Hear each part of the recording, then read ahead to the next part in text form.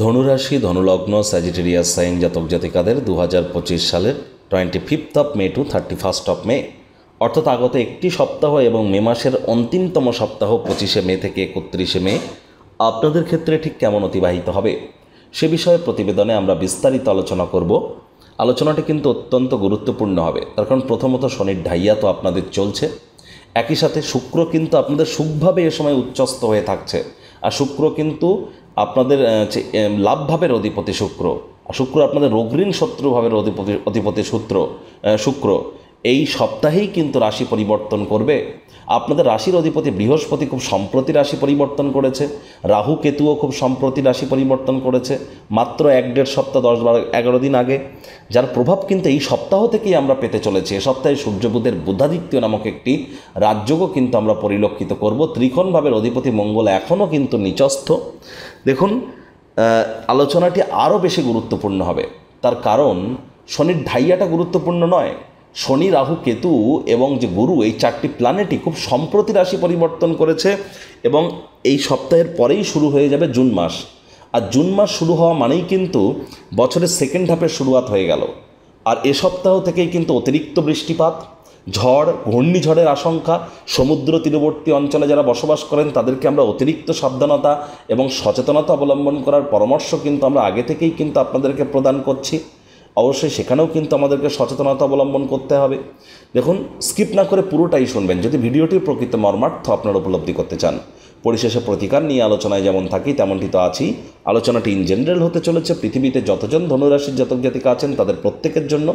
আপনি চাইলে আপনার ব্যক্তিগত জন্মছক এনি টাইম আমাদের দ্বারাই পর্যালোচনা করাতেই পারেন। এর জন্য স্ক্রিনে আমরা নাম্বার দিয়ে থাকি।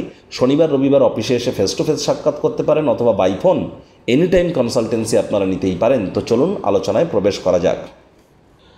ধনুরাশি ধনুলগ্ন স্যাজিটেরিয়াস সাইন জাতক জাতিকারা কালপুরুষের রাশি চক্র অনুযায়ী নবমতম রাশির আন্ডারে আপনারা পড়েন। আপনাদের রাশির অধিপতি বৃহস্পতি। আর স্ক্রিনে আপনারা যে চার্টটি দেখতে পাচ্ছেন এটি ধনুরাশির জাতক জাতিকাদের 2025 সালের 25শে মে আপনাদের গ্রহগত গোচরের ছক কিন্তু ঠিক এমনটিই দেখাবে। আপনাদের ফার্স্ট হাউসে 9 লেখা থাকলেও কিন্তু গুলিয়ে ফেলবেন না, এটিই কিন্তু আপনাদের ফার্স্ট হাউস।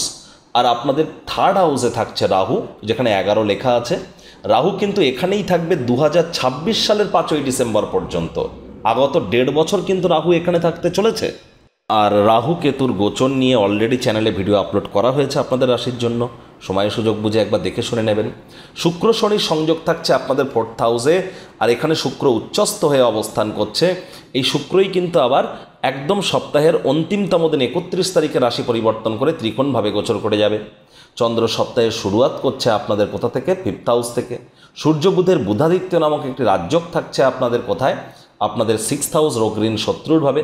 বৃহস্পতি আপনাদের সপ্তমভাবে গোচর করেছে, এখানেই থাকবে বৃহস্পতি 18ই অক্টোবর পর্যন্ত। আপনাদের রাশির অধিপতির এই যে গোচর আগত 5 মাস আপনাদের জীবনকে কীভাবে প্রভাবিত করবে সে বিষয়েও কিন্তু একটি ভিডিও আপনাদের রাশির জন্য চ্যানেলে আপলোড করা হয়েছে, সময় সুযোগ বুঝে দেখে শুনে নেবেন। মঙ্গল নিচস্থ হয়ে এখানেই থাকতে চলেছে পুরো সপ্তাহটি জুড়ে আপনাদের অষ্টমভাবে। কেতু আপনাদের ভাগ্যস্থানেই গোচর করবে। দেখুন, একটি জিনিস কিন্তু স্পষ্ট যে ধনুরাশির জাতক জাতিকাদের এবার ধীরে ধীরে নাম মান সম্মান প্রভাব প্রতিপত্তি যশ খ্যাতি এগুলি প্রাপ্তির যোগ আপনাদের কিন্তু বাড়তে চলেছে। এটি কিন্তু আপনাদের জন্য দুর্দান্ত একটি সংযোগ। তবে হ্যাঁ, ভাগ্যের ক্ষেত্রে সবসময় যে ভাগ্য আপনাদেরকে সঙ্গ দেবে এমনটাও কিন্তু নয়। এ সময় অবশ্যই শ্বশুর শাশুড়ির সাথে আপনাদের সম্পর্ককে একটু উন্নত করতে হবে। স্বামী স্ত্রী শব্দ চয়নের দিকে আপনারা নজর দিন। আলাপ আলোচনা আপোষের মাধ্যমে মিটিয়ে নিন। পার্টনারশিপ ক্রিয়াকলাপে যেন যাবেন না। লং ডিস্টেন্স জার্নিকে আপনারা অ্যাভয়েড করুন। আর এ সময় বিশেষ করে রোগ ঋণ শত্রু 3টি ব্যাপারেই কিন্তু আপনাদেরকে থাকতে হবে অত্যন্ত সাবধান। দীর্ঘদিন ধরে কিন্তু আপনার কাজের জায়গায় আপনার বিরুদ্ধে চক্রান্ত চলছে, চোখ কান খোলা রাখুন। লাক্সারি কোনো আইটেম, লাক্সারি কোনো জিনিস অর্থাৎ TV, CD, fridge, AC, computer, laptop বা কুলার বা কোনো না কোনো ল্যাভিশ লাইফস্টাইল ওরিয়েন্টেড জিনিস আপনারা হয়তো ক্রয় করেছেন বিগত 1-1.5 মাসের মধ্যে, না করলে এ সপ্তাহেও কিন্তু আপনারা ক্রয় করতে পারেন। নতুন জমি বাড়ি গাড়ি এগুলিও কিন্তু ক্রয় করার যোগ পরিলক্ষিত হচ্ছে।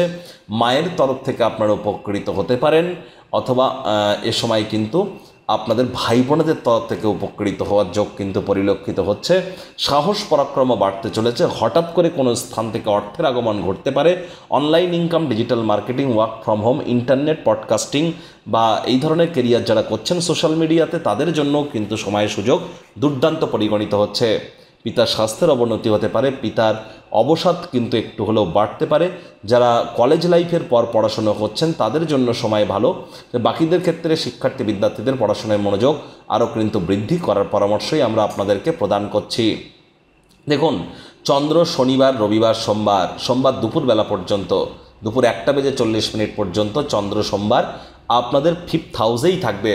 তাহলে সোমবার দুপুরবেলা পর্যন্ত যারা প্রেমের সম্পর্কে আবদ্ধ আছেন তাদের প্রেম পারিবারিক সামাজিক স্বীকৃতি পেতে পারে। লাভ ম্যারেজের যোগও কিন্তু পরিলক্ষিত হচ্ছে। অবিবাহিত যারা আছেন তাদের বিবাহের ঘণ্টা কিন্তু এ সময় বাজতে চলেছে। যারা প্রেমে পড়েননি তাদের জীবনে স্বপ্নের নারী পুরুষের আগমনও কিন্তু ঘটতেই পারে।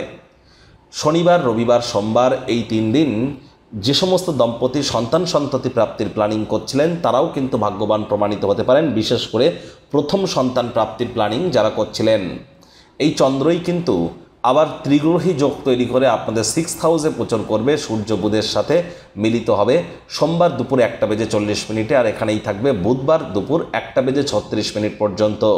তাহলে সোমবার দুপুর থেকে বুধবার দুপুর চন্দ্র সূর্য বুধের কম্বিনেশান আমরা আপনাদের 6th হাউসে পরিলক্ষিত করব। বুধ কিন্তু বৃষভ রাশিতেই উচ্চস্থ হয়।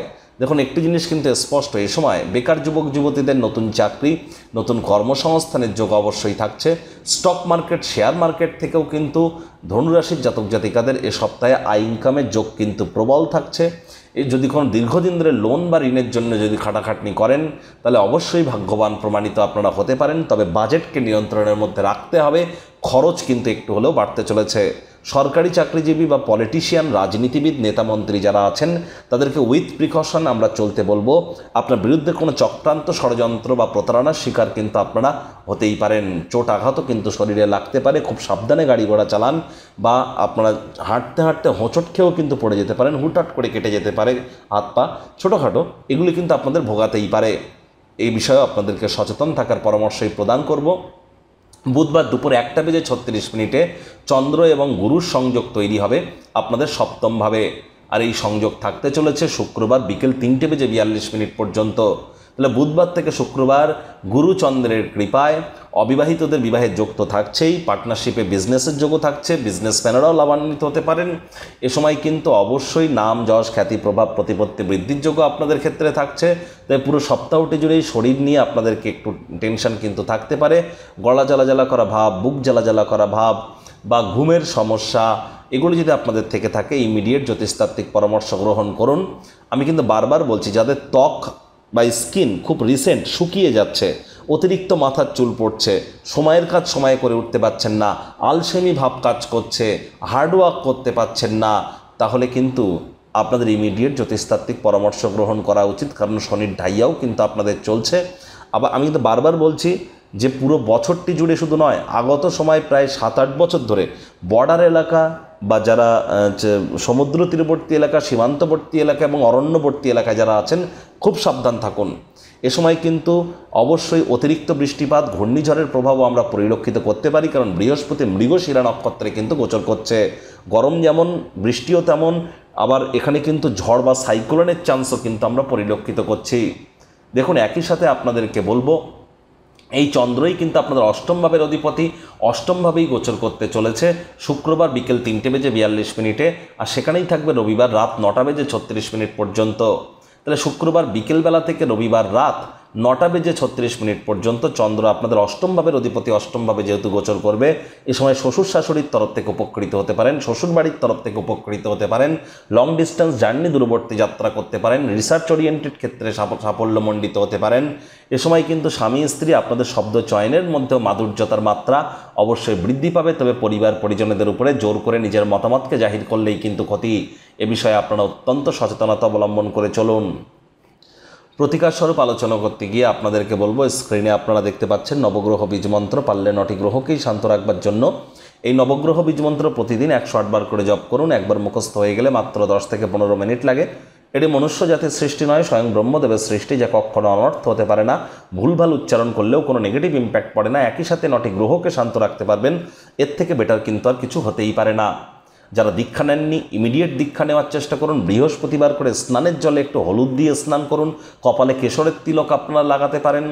আর কালো কুকুরদেরকে খাদ্য খাবার খেতে দিলে উপকৃত হবেন। শরীর ওজনের সাথে 10 গুণ করে তত গ্রাম কালো তিল, সাদা তিল যে কোনো অমাবস্যার দিন আপনারা অবশ্যই 27 তারিখ 26 তারিখে অমাবস্যা আছে, এ সময় কিন্তু আপনারা বহমান জলে ভাসিয়ে দিন, অত্যন্ত উপকৃত হবেন। আর আপনারা যারা বিশেষ করে হনুমানজির নাম জপ ধ্যান আরাধনা করেন না, অবশ্যই রেগুলার কোনো কিছু না পারলেও 3 বার বলুন ওম হম হনুমাতে নামা। হনুমানজির উদ্দেশ্যে নাম জপ, রামজি সীতামাইয়ার নাম জপ অবশ্যই করুন। এগুলি আপনাদেরকে বহুলাংশে উপকৃত করতে চলেছে। চেষ্টা করুন বৃহস্পতিবার মঙ্গলবার করে একটু নিরামিষ খাদ্য খাবার সাত্ত্বিক জীবনযাপন গ্রহণ করার। মঙ্গলবার করে আপনারা পারলে মুসুর ডাল কিন্তু দান করতে পারেন হতদরিদ্র গরিবদের মধ্যে। বৃহস্পতিবার করে হলুদ রঙের ড্রেস আপনারা পরিধান করুন, এটিও আপনাদেরকে উপকৃত করবে। আর হ্যাঁ, বাড়ির উত্তর পূর্ব কোণে তামার বা পিতলের কোনো পাত্রে জল রাখতে যেন ভুলবেন না। আর বাড়ির দক্ষিণ পশ্চিম কোণে একটি ফুলের টব রেখে দিন, এটিও আপনাদেরকে উপকৃত করবে।